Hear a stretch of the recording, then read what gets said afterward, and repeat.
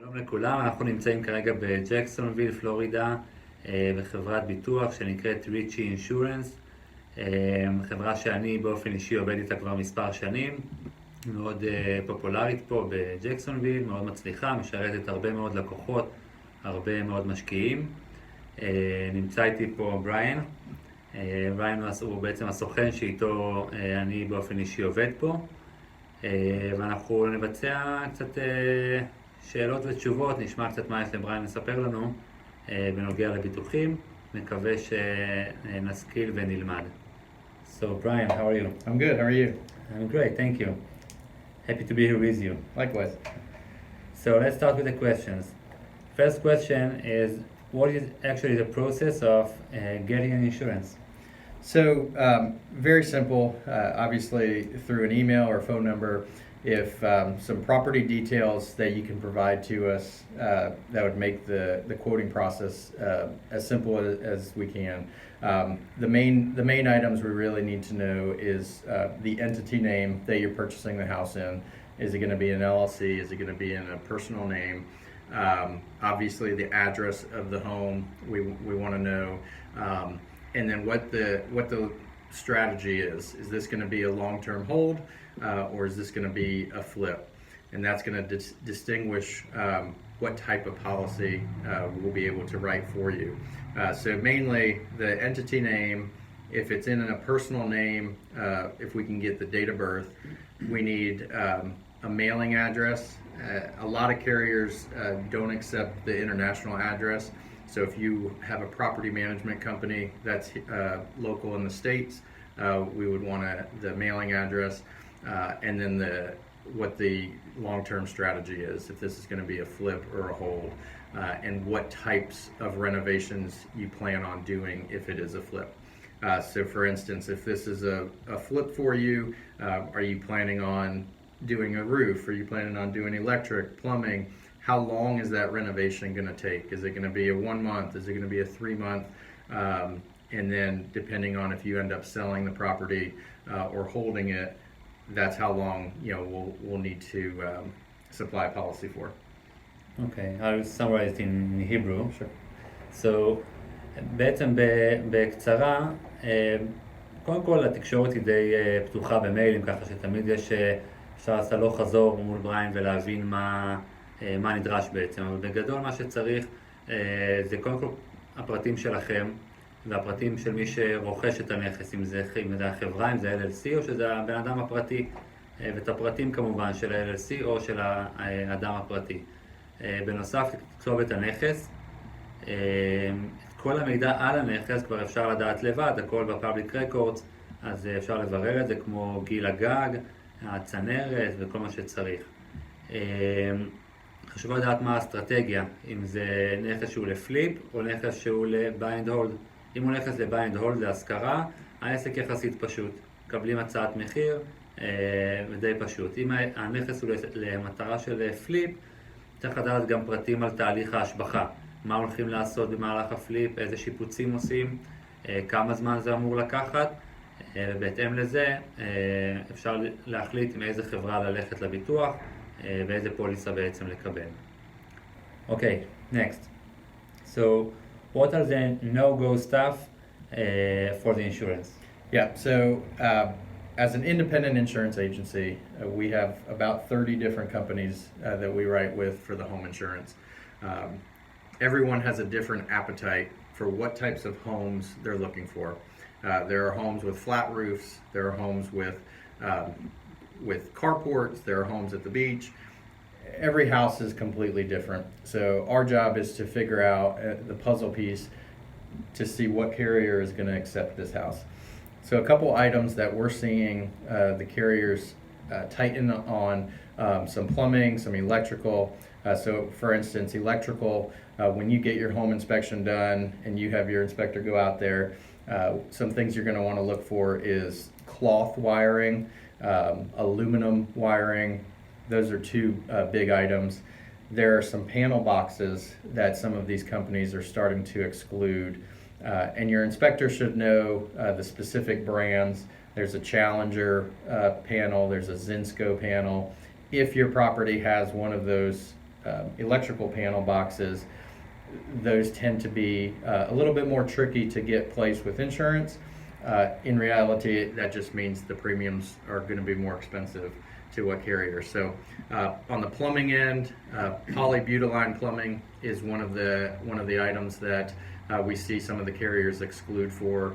In the Jacksonville area, we haven't seen as much polybutylene plumbing, but that's something to look for. And then roofs.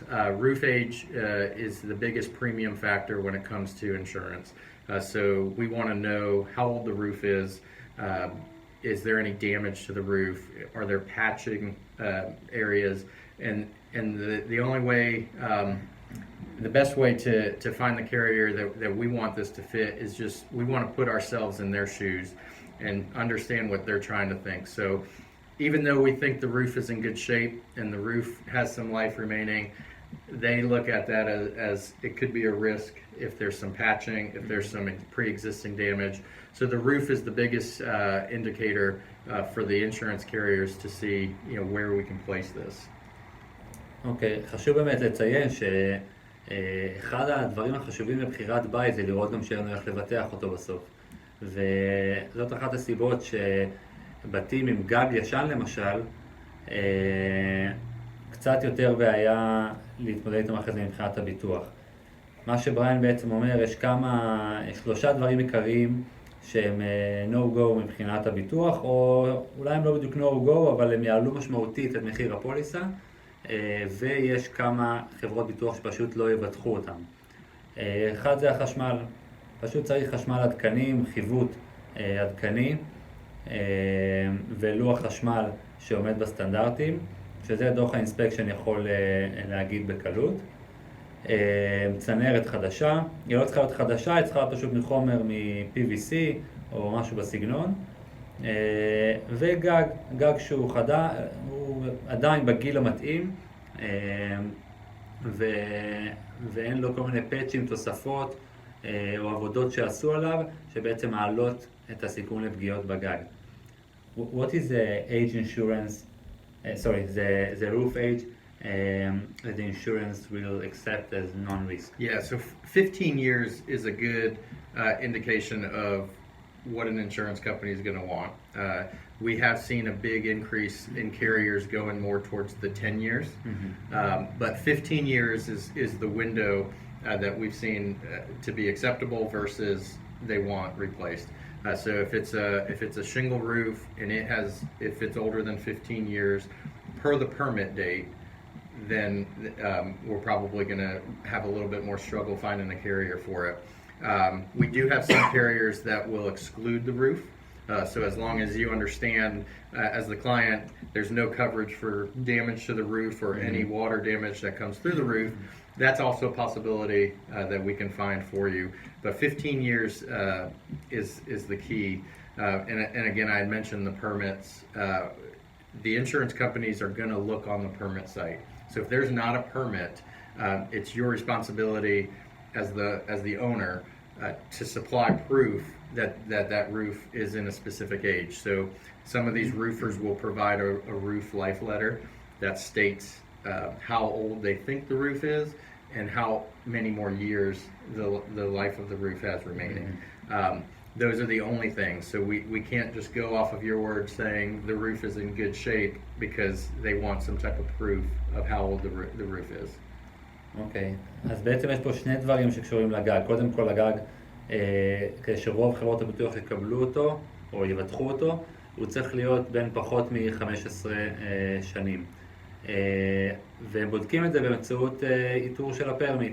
לכל בית יש פרמיט, יש את הפרמיטים שאומרים בעצם מתי פעם אחרונה החליפו או טיפלו או עשו משהו בגג. לפעמים מתקנים גג, מחליפים גג, גם בלי להוציא פרמיט. ולכן חובת ההוכחה על מתי הוחלף הגג היא על בעל הבית, על בעל הנכס. חברת הביטוח, אם אין פרמיט, מבחינתה לא הוחלף גג. אז אם הוחלף גג באופן עצמאי, חבר החליף את הגג, השכן, לא יודע מי, חשוב לתת איזושהי הוכחה. כמובן שחברת הביטוח יכולה גם להחריג את הגג ולא להכניס את נזקי הגג לפוליסה. Okay, next. So what are the differences between rental insurance to a flip insurance? We touched it a little bit, but you can Yeah, elaborate. so again, kind of going back to what the long-term strategy is. Is this going to be a flip, or are you holding this for a tenant-occupied property? The types of policies for a flip are very limited. There's not a lot of insurance companies that want to insure a property that's going through a renovation, as well as something that's vacant. It's a high risk for the owner as well as the insurance company. So as far as the properties for the flips, we can do them in any terms, 1 month all the way through 12. The policies will cover basically a total loss. It'll cover fire damage, and it'll have wind coverage depending on the location. So if it's close to the water, to the ocean, most likely it'll exclude wind coverage, but anything else further inland should have wind and fire coverage. That'll also protect you for the vacancy exposure. So while the property is vacant, if something happened to the house, you would have coverage. And then it also comes with $500,000 in liability coverage. So if someone were to be on your property during that renovation period, you would have liability coverage to protect you as the homeowner. Well, what if I don't know how long the renovation will take? I mean, I believe it will take 3 months, Sure. but in reality it can take 6 months. Sure. I can get the policy, I can end it whenever I want. Right. So the policies, the way that the refunds work, policies with months 1, 2, and 3, there's no refund. So if you feel that the renovation should be quick and the sale should be quick, we always want to overestimate just for the protection of you. It's cheaper to get a 3-month policy than to keep renewing 1 month, 1 month, 1 month. Policies 4 months through 11 are 50% earned premium. So you have the ability to get half of your money back minus the fees on those policies. And then a 12-month policy is 25%. So we always want to overestimate what you feel.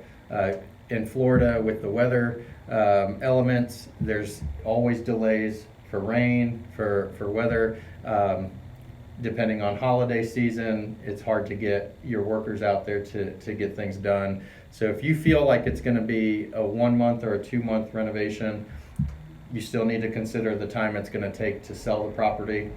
So typically we see like a 3 to a 6 month renovation policy. If you feel like it's going to be a longer term renovation, we try to do the 6 month one.